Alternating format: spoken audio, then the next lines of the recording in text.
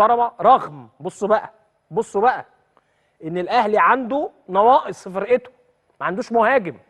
وانا انتقدت اداره الاهلي الفتره اللي فاتت وقلت ما ينفعش فرقه كبيره زي الاهلي بتلعب على المستوى العالمي دلوقتي ما يبقاش عندها فيرود. عندها كهربا، بحييه بصراحه، بيأدي مجهود كبير جدا في المركز ده، لكن مش مكانه، هو الراجل بيلعب جناح او بيلعب على الاطراف يعني. لكن الاهلي المفروض يبقى عنده 2 و3 مهاجمين سوبر.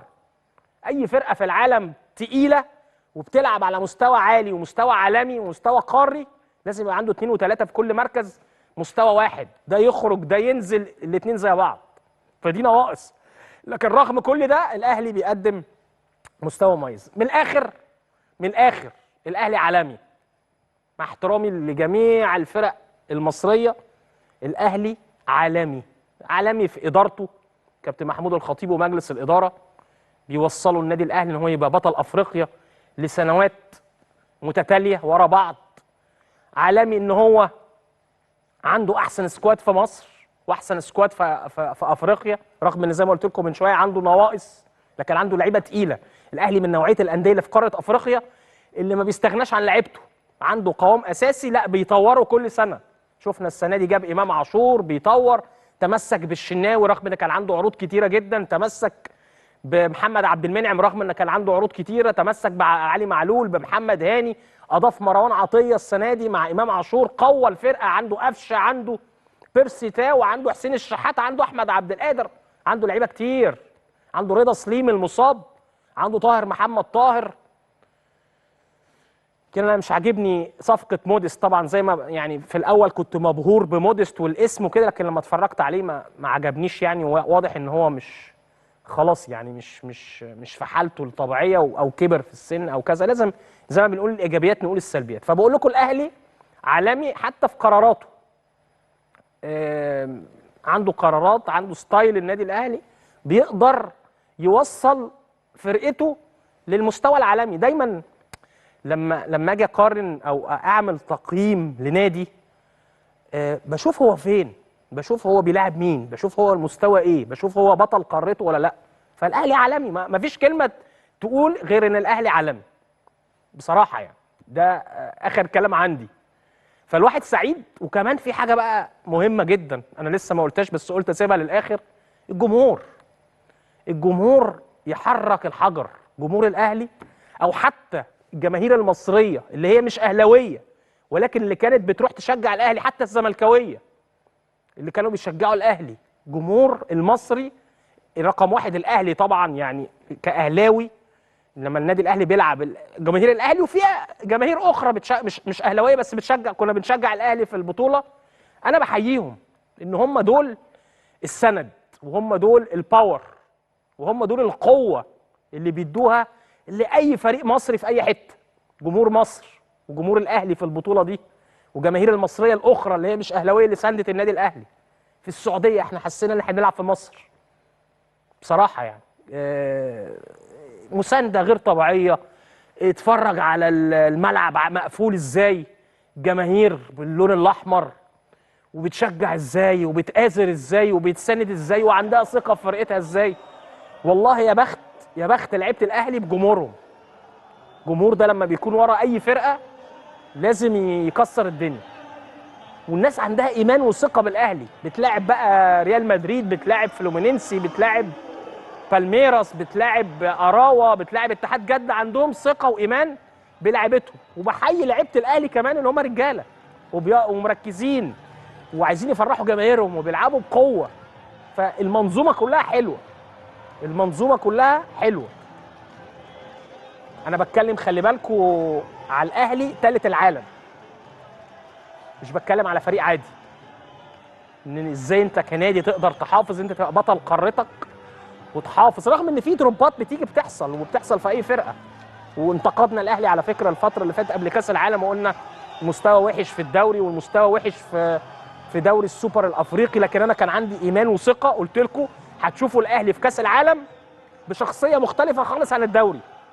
انا قلت الكلام ده قبل ما البطوله تبدا. ليهم حق يفرحوا، لعيبه وجمهور والاداره واحنا كاعلاميين مصريين لينا حق نفخر ونفرح بالنادي الاهلي. ان هو اللي بيحقق الانجازات، وهو اللي دايما حاطط اسم مصر في العلالي كنادي مصري، كنادي مصري في كرة القدم. هو دايما ان خلاص العالم كله، انفانتينو رئيس الاتحاد الدولي، الاهلي عنده علامه مسجله خلاص، كل بطوله بيروحها بيلاقي الاهلي بيحقق انتصار، الاهلي بيلعب نهائي، الاهلي بيكسب بطوله، الاهلي بياخد ثالث عالم. موتيمبي اللي هو رئيس الاتحاد الافريقي، الراجل كان فرحان ان هو طبعا عنده فريق من افريقيا، فخور ان عنده فريق من افريقيا اللي هو النادي الاهلي بيلعب وبياخد ثالث عالم. فبصراحه حاجه رائعه، حاجه رائعه، ولازم نشيد بالمنظومه كلها فرد فرد، من اول رئيس النادي نزولا بالجهاز الفني، باللاعبين، بالجهاز الطبي، بالاداري، بالعمال بتوع الفريق الاول بتوع النادي الاهلي. بصراحه كل واحد عارف شغله. حتى بصوا يعني، بصوا الصوره دي، ببارك للكابتن خالد بيبو برضو. الفتره اللي فاتت برضو يعني كان في انتقادات بسبب النتائج السيئه شويه في الدوري وخساره السوبر الافريقي، ولكن الفرقه بتقف على حيلها تاني وبتاخد مركز ثالث عالميا. فببارك للكابتن خالد بيبو مدير الكوره في النادي الاهلي. حتى اللقطات من شويه جايبه اللعيبه اللي ما بتلعبش فرحانه، الكل على قلب رجل واحد. اكرم توفيق ما لعبش الماتش الاخير بيحتفل، في لعيبه ما لعبتش خالص، مصطفى شوبير وحمزه علاء حراس المرمى بيحتفلوا. ومش عايز اتكلم عن لعيب بعينه، يعني كل اللعيبه ادت اكتر حاجه عندها، لكن يبقى محمد الشناوي يا جماعه، لا حارس، حارس مختلف، حارس رائع، حارس قائد فعلا، سواء بقى في الناحيه السلوكيه كقائد في الملعب وبيحمس زملائه وبيوجههم، او كفنيات حارس مرمى. السلام عليكم ورحمة الله وبركاته، اخواننا الاهلاويه في كل مكان. ما تنسوناش بلايك واشتراك، وبارك الله فيكم. تحليل تقييم عالمي من راجل محترم اسمه كريم حسن شحاتة، بنقول له الف شكر يا زملكاوي يا اصيل على تعليقك الحيادي والناري والجبار في حق النادي الاهلي، وده متعودينه دايما من كريم حسن شحاتة. والنادي الاهلي بيجبر الجميع على احترام النادي الاهلي، رغم ان في ناس دخلاء على الرياضه وناس اصحاب مصالح واصحاب اهواء دايما آرائهم ضد النادي الأهلي وعايزين يعطلوا مسيرة الخاصة بالنادي الأهلي. ولكن واحد زي كريم حسن شحاتة بنقول له ألف شكر ألف شكر ألف شكر. أنت راجل محترم وأبوك راجل محترم، وكلنا دايما بنحترم الكابتن حسن شحاتة وابنه كريم حسن شحاتة، لأنه راجل بجد بيقول الحق تحت أي ظروف وفي كل الأحوال. وتعليق ناري كبير على النادي الأهلي، النادي الأهلي يستحقه، فريق عالمي في كل شيء، تبدا عالميه الاهلي من عند الاداره ومنظومه النادي الاهلي زي ما كريم حسن شحاته قال. جماهير النادي الاهلي جباره بتحرك الحجر، ودي اهم حاجه في منظومه النادي الاهلي، ادارته وجماهيره. ونيجي من بعد كده للجهاز الفني وللعيبه. اللعيبه كانت رجاله وعملوا مطوشه وبطوله عالميه بجد. 3 مطوشه الاهلي لعبهم من نار، وكان يستحق اكتر من المركز الثالث، وقلنا الكلام ده بدل المره 10. الاهلي ادى بطوله قويه يا جماعه، ووارد جدا انه يخسر من اي حد، ولكن الاهلي ادى بكل رجوله وكل روح، ويرجع الفضل في ده لمدير فني كبير وراهم ومنظومه كامله بتخدم على هذا الفريق. لاداره النادي الاهلي لها كل الشكر ولها كل التحيه من محبي ومشجعي نادي الاهلي.